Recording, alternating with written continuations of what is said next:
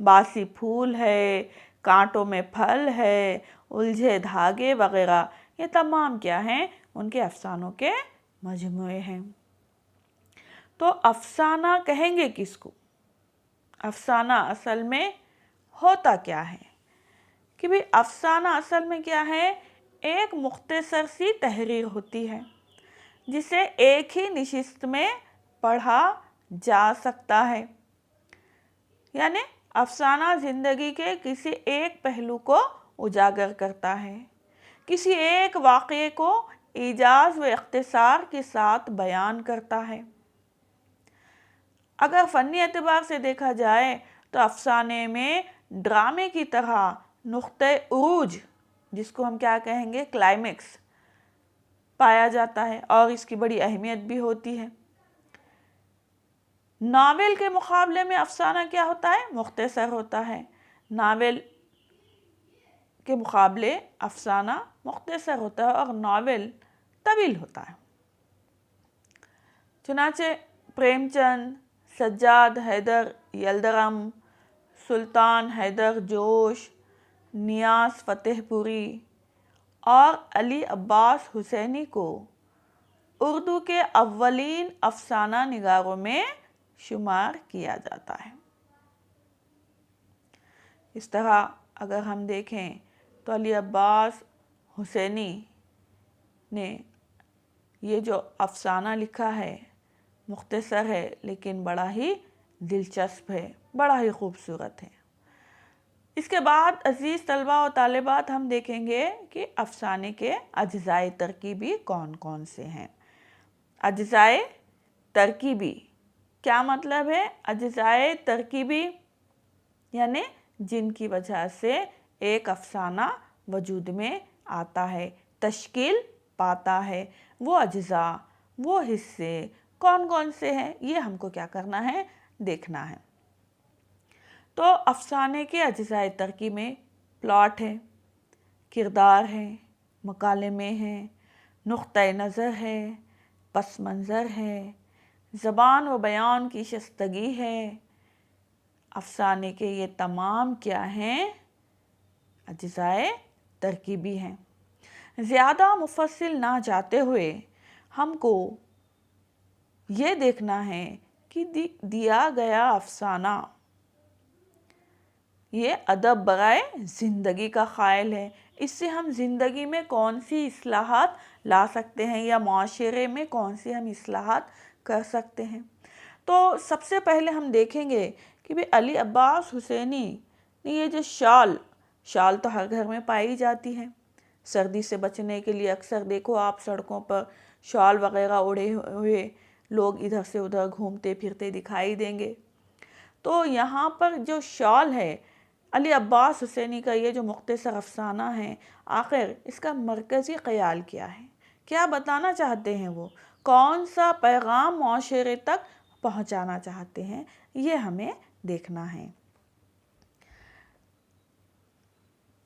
تو علی عباس حسینی کہتے ہیں کہ انسان کے لیے لازم ہے کہ وہ سچ بولے، ہمیشہ سچ بولے، اور جھوٹ بولنے سے انسان کیا کرتا ہے؟ اپنا اعتبار کھو دیتا ہے۔ لیکن سچ بولنے کے آداب میں یہ بات ہمیں سمجھائی جاتی ہے کہ سچی بات اس طرح سے کہی جائے کہ بات کڑوی بھی ہو تو سننے والا اسے قبول کر لے۔ جھوٹ بولنے کو کبھی اچھا نہیں سمجھا گیا، لیکن اکثر لوگ اپنے مفاد کی خاطر بات کو بڑھا چڑھا کر یا پھر جھوٹ بولتے ہیں، مبالغے سے کام لیتے ہیں، یا یہ سمجھانے کی کوشش کرتے ہیں کہ میں ہی سچ ہوں اور سامنے والا کیا ہے؟ غلط ہے۔ لیکن کبھی کبھی یوں بھی ہوتا ہے کہ انسان کسی فتنے یا شر کو رفع کرنے کے لیے نقصان نہ پہنچانے والی حقیقت کے برعکس بات کا سہارا لیتا ہے۔ بعض اوقات ایسا ہوتا ہے کہ سچائی سے ہو سکتا ہے کہ وقتی طور پر کوئی شر پھیل جائے، کوئی فتنہ پھیل جائے تو اس کے برعکس بات کر دیتا ہے، جیسا جسے کہیں گے ہم مصلحت کے تحت کام لینا۔ تو اس افسانے کے مرکزی کردار کو ایسی ہی ایک صورتحال پیش آتی ہے، اور افسانے کا انجام جو ہوتا ہے وہ کیسا ہوتا ہے؟ بڑا ہی چونکا دینے والا۔ تو علی عباس حسینی نے یہاں پر اس سبق میں یا اس افسانے میں ہمیں یہ بتانے کی کوشش کی ہے کہ بھی سماج کا ایک بڑا حصہ بے حس ہو چکا ہے۔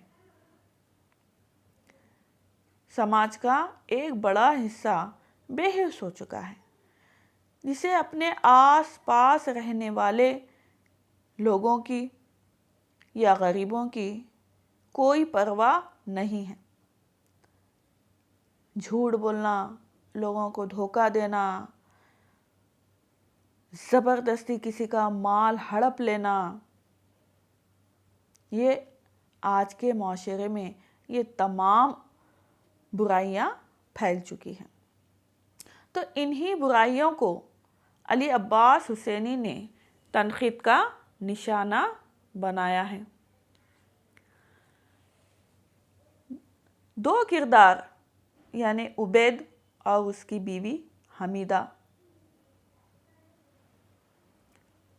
عبید سفر سے لوٹ رہا ہے اور اس نے دیکھا کہ بھی راستے میں کوئی غریب بھکارن سردی کے عالم میں بالکل پتلا سا ایک کپڑا جسم پر رکھے لیٹی ہے اور درد سے کراہ رہی ہے۔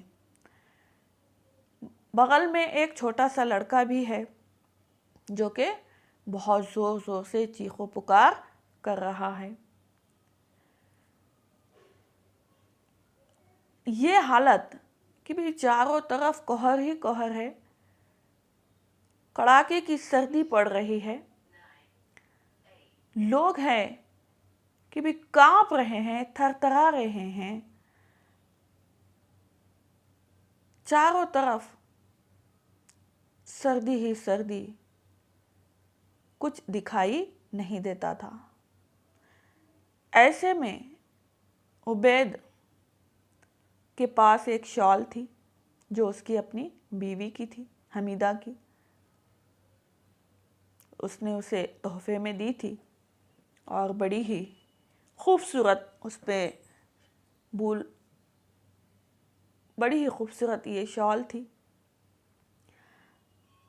تو لہٰذا عبید نے خود نہ اوڑھتے ہوئے وہ شال اس غریب بھکارن کو اڑا دی، اور دل ہی دل میں یہ سوچ کر خوش ہونے لگا کہ اس نے ایک غریب کی مدد کی ہے۔ اس کے بغل میں جو چھوٹا سا بچہ ہے جو سردی سے چیخ رہا ہے، چلا رہا ہے، اس نے مدد کی ہے، اور اس کام کے لیے، اس نیک کام کے لیے اسے اپنی بیوی سے جھوٹ بھی بولنا پڑا، لیکن اس نے جھوٹ بول دیا اور بیوی کو سمجھانے میں کسی طرح وہ کامیاب ہو گیا کہ اس کی شال کیا ہو گئی ہے؟ چوری ہو گئی ہے۔ دوسرے دن واپس آ کر یہ دیکھتا ہے کہ میونسپلٹی کے کچھ ملازم اس غریب بھکارن اور اس کے بغل میں پڑے ہوئے بچے کی لاش کو اٹھا رہے ہیں، اور دور دور تک اس نے جو شال دی تھی وہ شال کا کوئی پتہ ٹھکانہ نہیں ہے۔ تب اسے یہ احساس ستانے لگا کہ وہ شال پتہ نہیں کس نے چرائی، اور رات بھر سردی میں گزارنے کی وجہ سے اس عورت کا اور اس کے بچے کا کیا ہو گیا ہے؟ انتقال ہو گیا ہے۔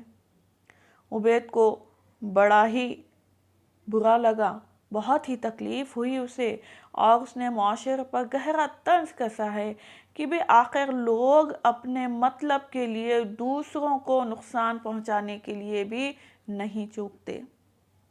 اس طرح علی عباس حسینی کا یہ افسانہ زندگی کی حقیقت کو بیان کرتا ہے اور ہمیں یہ پیغام دیتا ہے کہ بھئی دکھ اور سکھ میں انسان ہی انسان کی مدد کو آگے بڑھتا ہے.